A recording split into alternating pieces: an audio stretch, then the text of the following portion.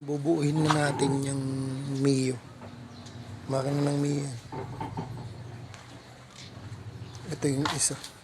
Tapos dito, itong maliit na detalye na to, itong butas, yan, butas na yan, yan. Yan.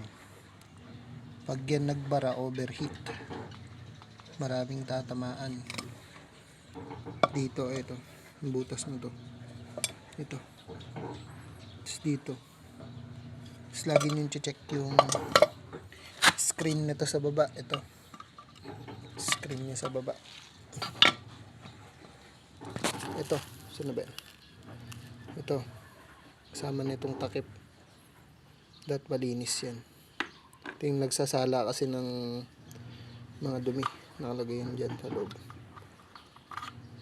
Tapos check nyo. Bawa ito.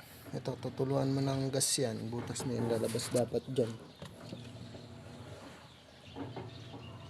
Yan.